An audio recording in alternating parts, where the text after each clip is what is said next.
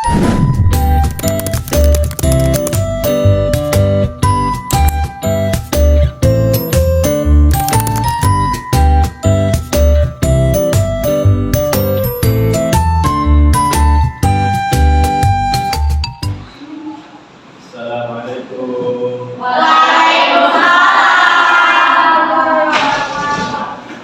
Ada PI kan? Ya.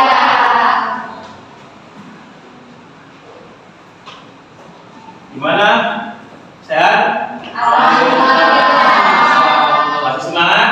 Ada yang sakit? Ya, alhamdulillah. Sebelum belajar, mari kita membaca doa sebelum pembelajaran, kemudian dilanjut dengan membaca surat At-Takasur. Berdoa, mulai.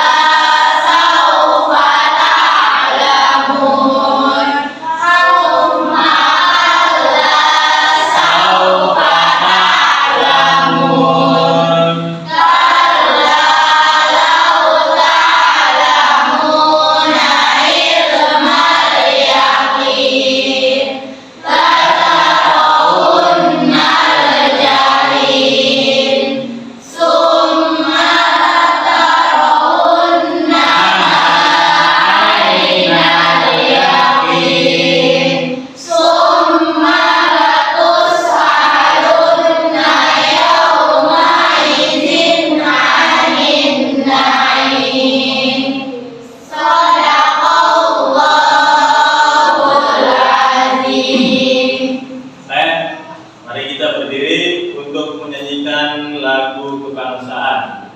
Kita menyanyikan lagu Indonesia Raya. Indonesia tanah airku, tanah tumpah darahku. Di sanalah aku berdiri, jadi pandu ibuku. Marilah kita bersatu, Indonesia bersatu. Bangunlah jiwanya, bangunlah badannya, untuk Indonesia Raya. Masih ingat kemarin kita belajar tentang apa? Bukan. Tentang khutbah, tabligh, dan dakwah. Masih ingat nggak? Ya, mudah-mudahan habis liburan panjang UTS. Ya, habis UTS kalian lupa. Dakwah artinya? Mengajar.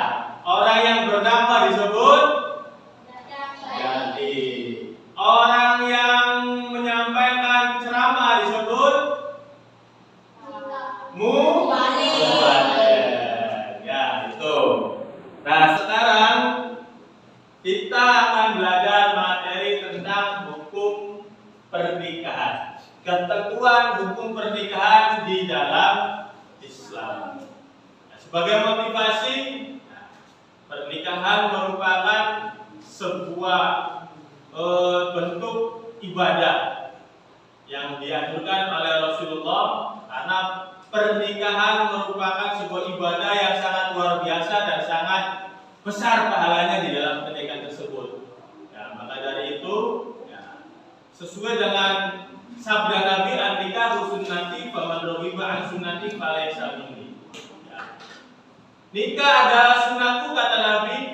Faman raghiba an sunnati, dan barang siapa yang tidak suka dengan sunnahku, kata Nabi, falaysa minni, maka orang tersebut atau umat tersebut bukan umatku, kata Nabi. Falaysa minni. Ya, itu. Ya. Tujuan pembelajaran adalah, ya, kali ini menjelaskan tentang pengertian pernikahan, dalil Nabi tentang pernikahan, menganalisis ketentuan pernikahan dalam Islam, yang keempat menyimpulkan hikmah pernikahan di dalam Islam. Nah, nanti langkah-langkahnya seperti biasa kita buat 4 kelompok, ya, untuk berdiskusi mengenai materi ini. Ya, Bapak tentukan di kelompok 1, 2, 3, dan 4.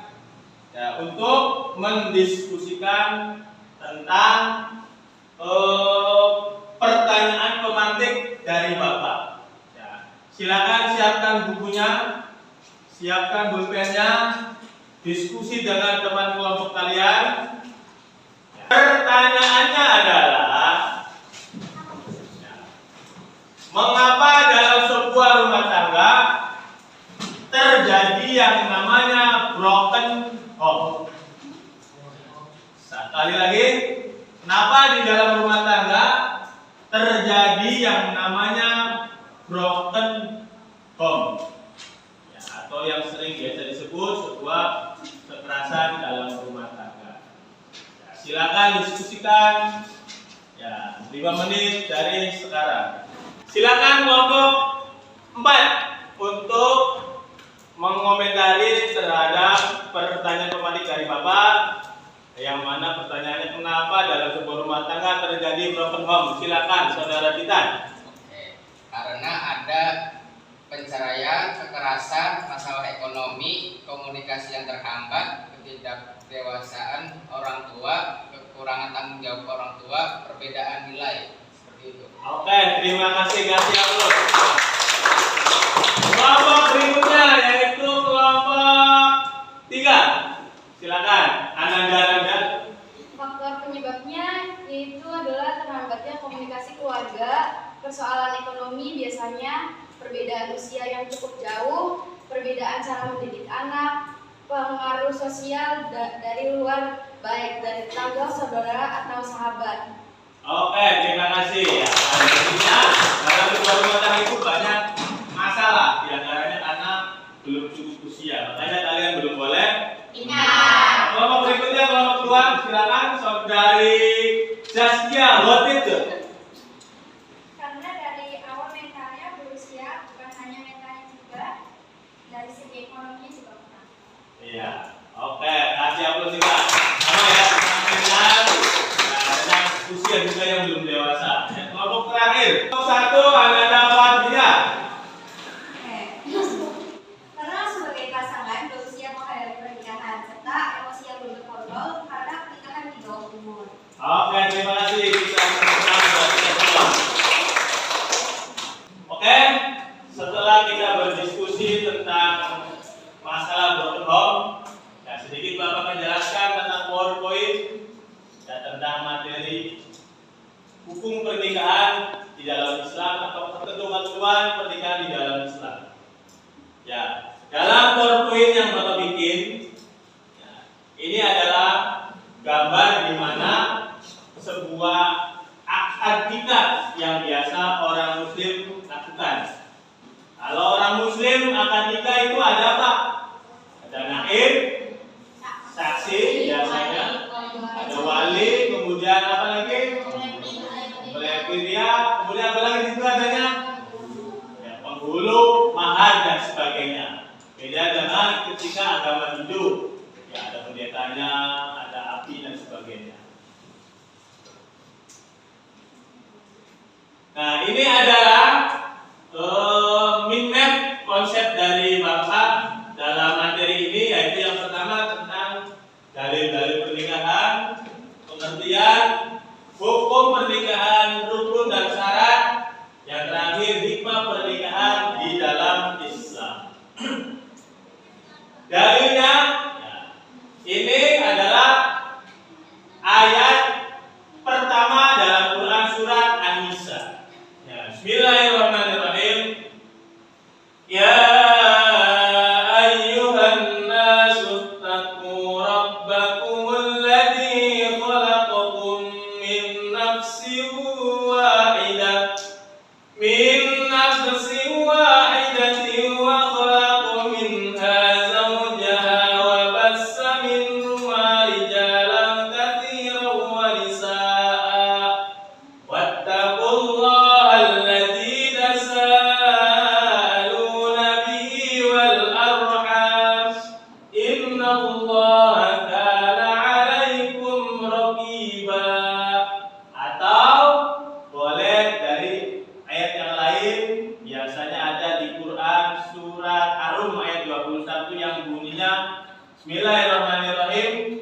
Wa min ayatihi an khalaqalakum min anfusikum azwajan litaskunu ilaiha wa ja'ala bainakum mawaddatan wa rahmah.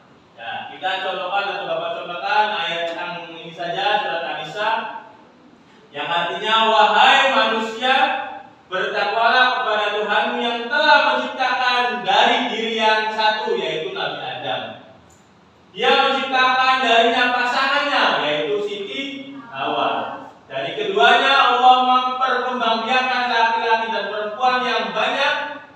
Bertakwalah kepada Allah yang dengan namanya kamu saling meminta, dan peliharalah hubungan kekeluargaan. Sesungguhnya Allah selalu menjaga dan mengawasimu.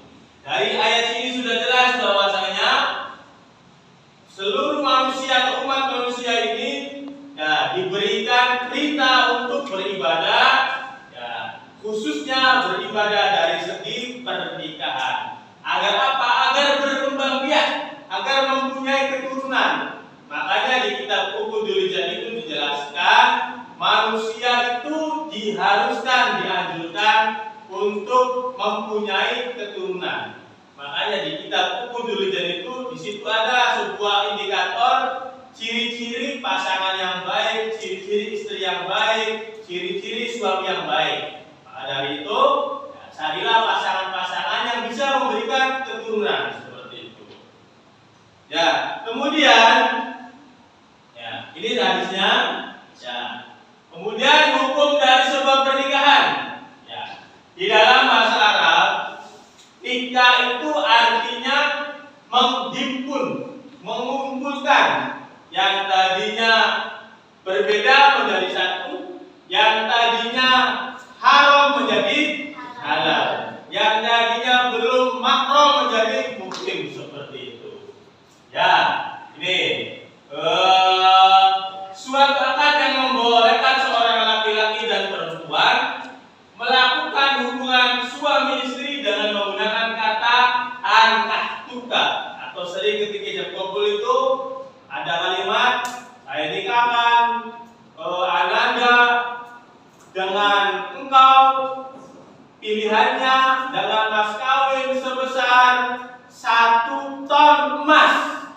Kemudian dijawab oleh pasangannya, saya terima nikah dan kawinnya Ananda binti Bapak Zainuddin halal buat saya dengan mas kawin tersebut tunai sah.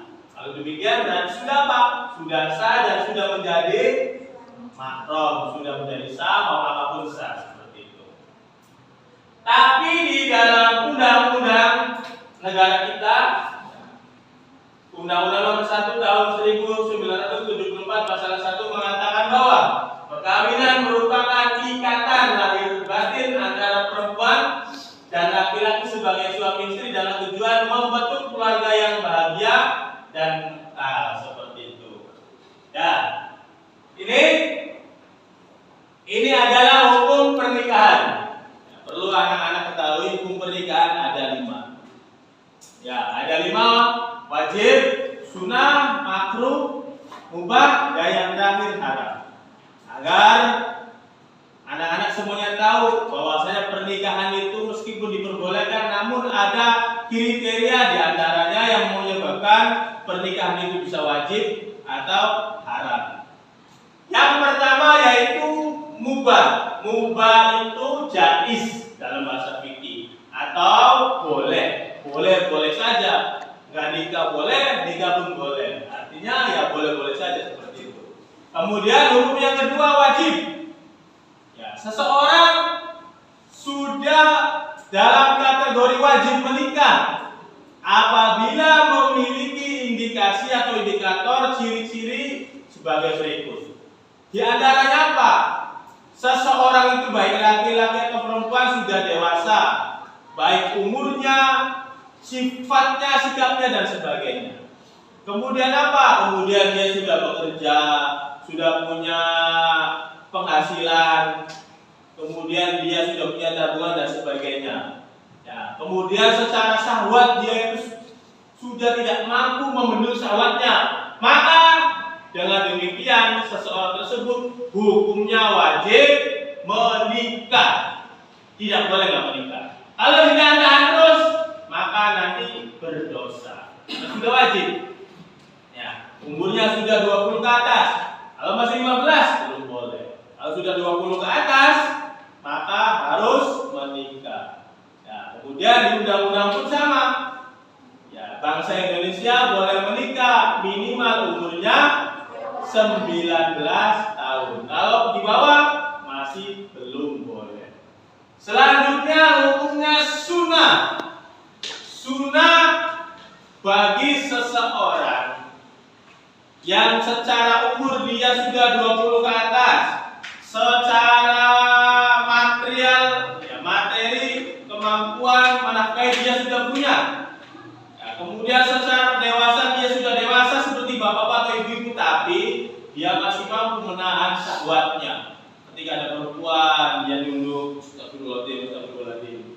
Atau ketika dia itu ada godaan dari perempuan yang nakal-nakal, dia mampu menahannya. Baik dengan cara menutup matanya, menahan kelaminnya, ataupun dengan cara berpuasa. Maka seseorang tersebut hukumnya sunnah untuk menikah. Ya. Yang ketiga, yang keempat, hukumnya makruh. Ya, belum mampu untuk menikah, ya, tetapi mampu mengendalikan hawa nafsu. Ya, dia sudah mampu mengendalikan hawa nafsunya. Dia sudah mampu, tapi dia merasa kurang yakin, takut ketika sudah menikah nanti keluarganya itu tidak ternafkahi atau misalkan kurang makan, kurang bahagia. Ada rasa takut seperti itu, maka seseorang tersebut hukumnya makruh untuk menikah. Dan yang terakhir hukumnya haram bagi seseorang yang apabila dia itu mau menikah tapi ada niat yang negatif atau yang buruk terhadap pernikahannya. Misalkan seorang laki-laki menikah dengan perempuan pilihannya, tapi nikahnya itu dengan tujuan ingin balas dendam, ingin meraup harta warisannya, ingin menyakitinya. Nah itu maka kalau ada yang seperti itu hukumnya haram untuk menikah. Selanjutnya, ini adalah rukun pernikahan. Kalau rukun pasti mempunyai syarat. Kalau ada satu yang tidak ada, maka pernikahannya batal atau tidak sah. Apa saja rukunnya? Yang pertama ada calon suami, ada calon istri, kemudian wali. Apa itu wali? Bapaknya dari perempuan. Kalau bapaknya nggak ada, kakak atau adiknya yang laki-laki. Kakak adiknya nggak ada, boleh pakai paman atau uaknya. Paman uaknya nggak ada, kakeknya. Kalau nggak ada semua, boleh memakai siapa? Walinya wali hakim atau wali dari penghulu tersebut. Ya. Yang keempat dari pengantin calon pengantin laki-laki dan perempuan harus menyiapkan minimal 1 orang saksi. Itu harus ada. Kalau nggak ada maka pernikahannya tidak sah. Dan yang terakhir yaitu sighah atau ijab qabul.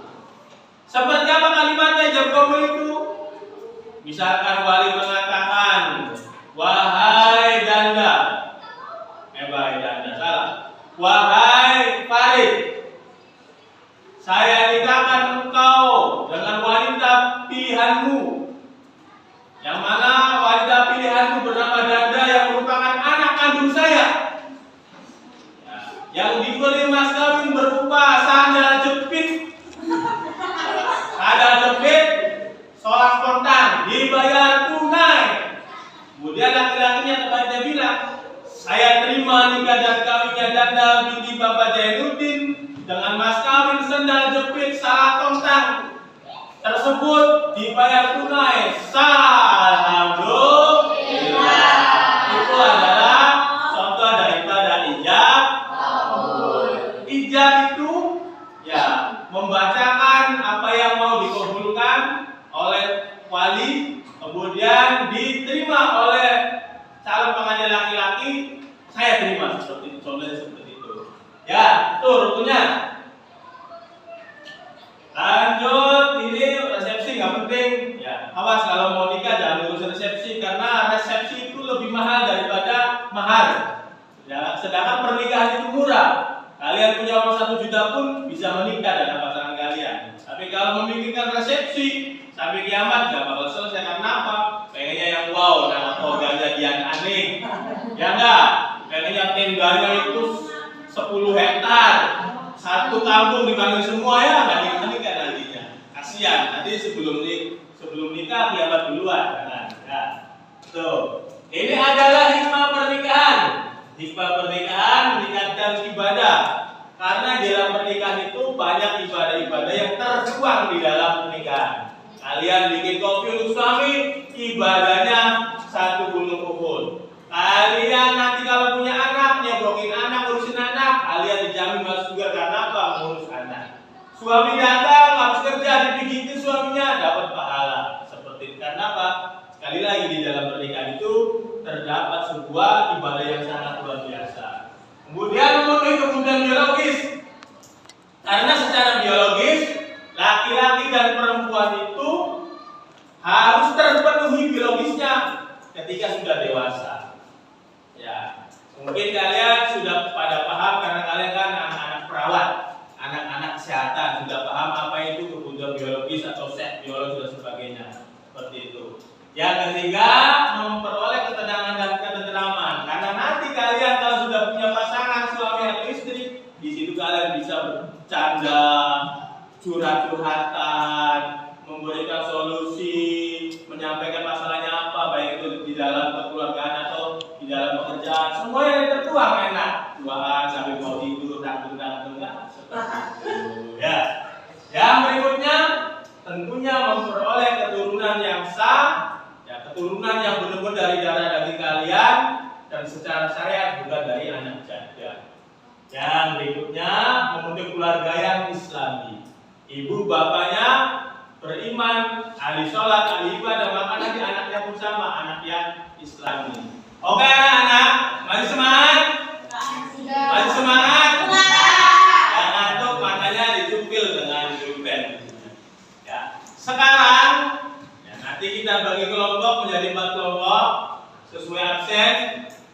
Ya. Tadi 3 kelompok. Kemudian apa? Kemudian nanti kita bikin sebuah proyek daripada materi ini. Nah, proyeknya tentang apa? Tentang hukum pernikahan. Ya, kita atau Bapak Sukatati bikin proyeknya, produknya, yaitu membuat sebuah poster.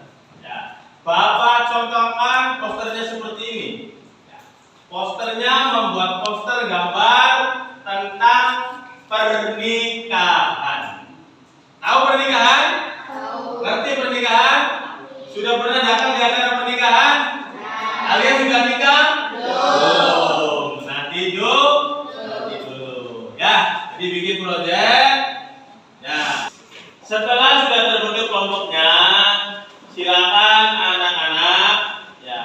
merencanakan bentuk posternya seperti apa.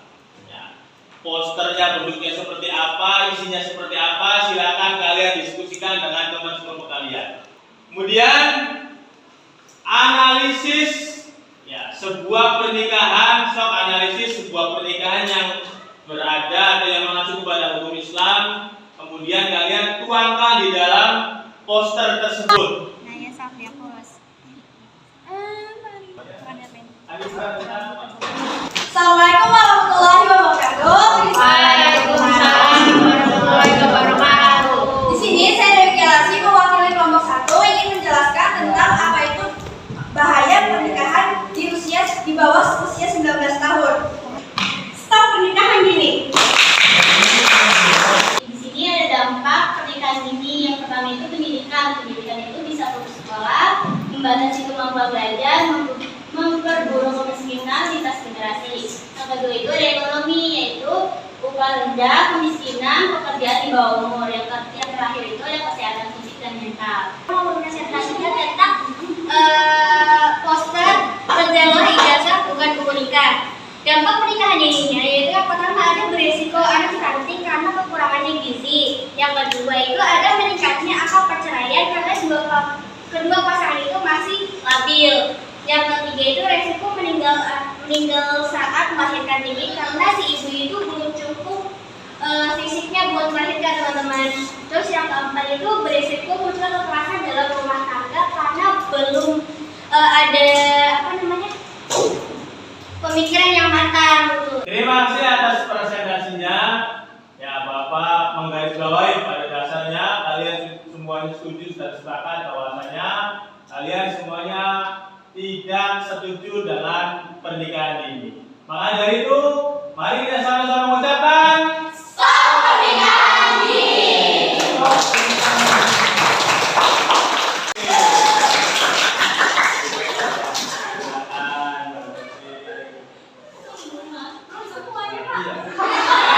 Sudah, ya, untuk materinya sudah cukup Bapak sampaikan. Sekarang Bapak ingin refleksi. Siapa yang ingin bertanya atau yang belum paham terkait materi yang Bapak sampaikan? Silakan, Cung Farid. Pak, kalau nikah walinya umur 10 tahun boleh nggak Pak? Oke, cukup. Ya, sudah diisi semua? Sudah. Terima kasih ya. Silakan. Ya, Bapak ingin melis siapa saja yang benar semua. Siapa yang benarnya 10 soal? Oke, dari 20 siswa ada 15 yang benar 10 poin. Yang benarnya 8. Ya, ada 2. Ya. Yang benarnya sedikit atau di bawah 7. Ya, ternyata ada 3 orang. Ya, Farid, Titan, Ella. Nah, nanti setelah ini datang ke meja Bapak remedial materi pernikahan dalam Islam. Oke anak-anak, kesimpulannya adalah dari materi yang tadi, entah itu dari diskusi atau lainnya, kesimpulannya adalah nikah adalah suatu ibadah sunnah muakkad, sehingga nikah itu diharuskan kepada seluruh umat manusia, khususnya umat muslim. Namun bagi yang masih belum berumur 19 atau masih remaja, jangan coba-coba menikah. Jangan coba-coba menikah dalam usia dini.